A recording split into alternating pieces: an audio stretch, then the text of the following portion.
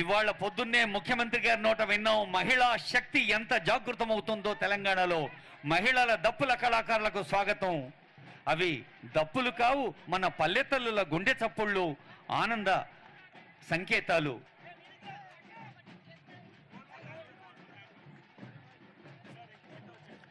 ఆ దప్పుల వెనకే ఘట విన్యాసంతో అందమైన ఆడపడుచులు లయ విన్యాసంతో నడుచుకుంటూ ముందుకొస్తూ ఉన్న తరుణం. తెలంగాణ సంస్కృతి ఘట విన్యాసం వాళ్ళు కథలు రావాలమ్మా. ఒక్కసారి చూడండి, ఆ తల్లులు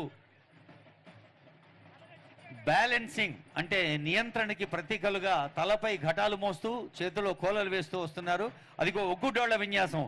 ఒక కొమరెల్లి మల్లన్న, ఒక ఐనవోలు మల్లన్న, మన ఒగ్గుడోళ్ళు శివభక్తికి ప్రతిధ్వనులు. ఒగ్గుడోళ్ల కళాకారులకి స్వాగతం.